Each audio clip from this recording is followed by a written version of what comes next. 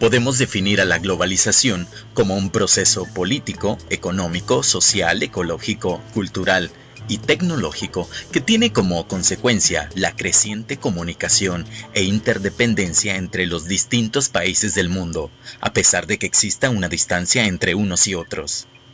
Sabemos que la globalización fue el resultado de la consolidación del capitalismo, de los principales avances tecnológicos y de la necesidad de expansión del flujo comercial mundial.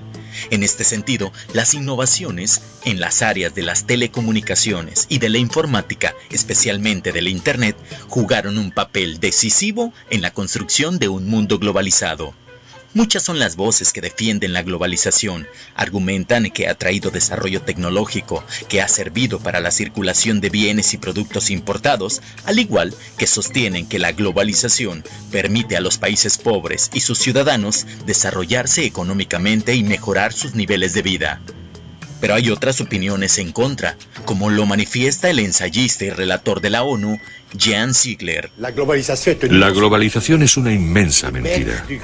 Los amos del gran capital, que dirigen el mecanismo de la globalización, dicen: vamos a crear una economía unificada por todo el mundo y así todos podrán disfrutar de las riquezas, de los progresos científicos, de los progresos del comercio, de los progresos de la libertad. Lo que sucede en realidad, si observamos la economía, es que existe una economía de archipiélagos que la globalización ha creado. Existen algunos islotes extremadamente ricos, extremadamente poderosos, y continentes enteros que desaparecen en la oscuridad. Lo cierto es que, a consideración de un servidor, la globalización ha traído grandes beneficios y avances, pero no ha sido parejo. Existen países en quiebra, población con pobreza extrema, países que no han sido alcanzados por la globalización. Existe, pues, una desigualdad que no se acerca en nada con la teoría de la llamada globalización.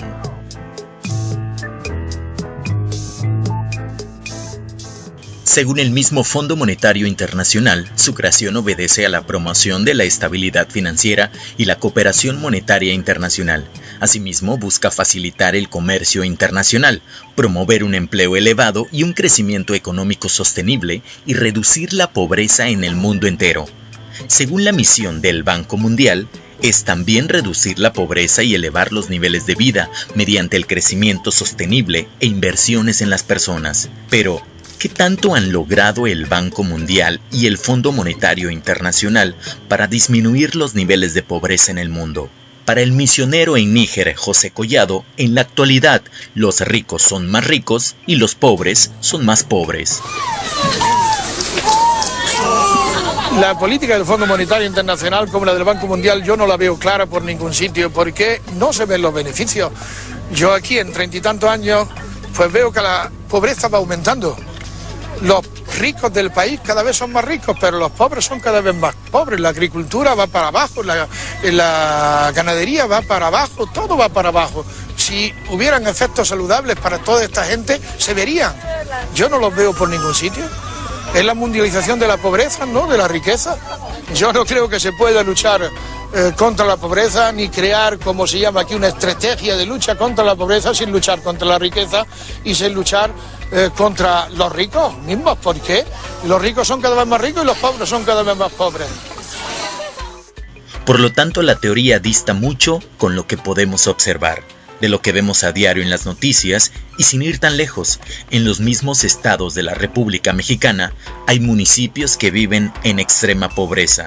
Tal es el caso en Guerrero, Oaxaca y Chiapas, solo por mencionar algunos.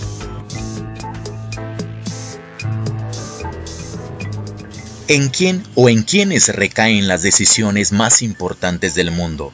Se dice que la comunidad internacional es un término que se utiliza para denominar al conjunto de estados del mundo, en especial cuando participan conjuntamente en la toma de decisiones globales. En ocasiones se ha criticado su uso como un intento de globalizar y legitimar las opiniones y decisiones de los países occidentales. Aunque para el escritor Eduardo Galeano, el término comunidad internacional se relaciona más con el poder. Comunidad internacional es el poder que ejercen los banqueros y los guerreros. Bueno, pues en otros tiempos se admitía que un mundo que genera pobreza es un mundo injusto, o sea que la pobreza es hija de la injusticia. Hoy por hoy es cada vez más raro escucharlo, porque resulta que la injusticia ha dejado de existir. La pobreza es el justo castigo que la ineficiencia merece. Y si hablamos de pobreza, debemos hablar del gran fenómeno del desempleo, que se da en la mayoría de los países y en algunos con cifras alarmantes. Y aunque la Organización para la Cooperación y el Desarrollo Económico coloque a México como uno de los países con menor desempleo en 2015, existen estados donde ha golpeado fuertemente, y esto deriva en pobreza, problemas de salud e inseguridad. Y en este aspecto, Eduardo Galeano tiene razón. El trabajo hoy por hoy vale menos que la basura. Impunemente los empresarios deciden quién trabaja, quién no trabaja y cuánto se trabaja. Se trabaja cada vez más a cambio de menos, cada vez más horas a cambio de un salario menor. Según la Organización Internacional para las Migraciones, existen 214 millones de migrantes internacionales a nivel mundial, lo que es equivalente al 3.1% de los que poblamos esta tierra. Por eso digo que no hay un problema de migración, hay un problema con el sistema económico mundial.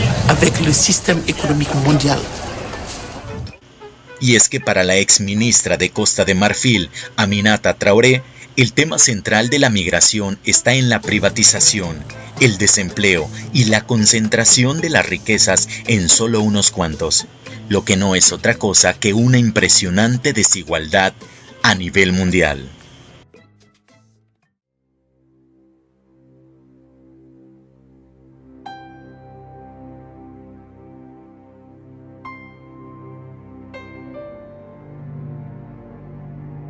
Parece ser que hemos perdido la capacidad de asombro.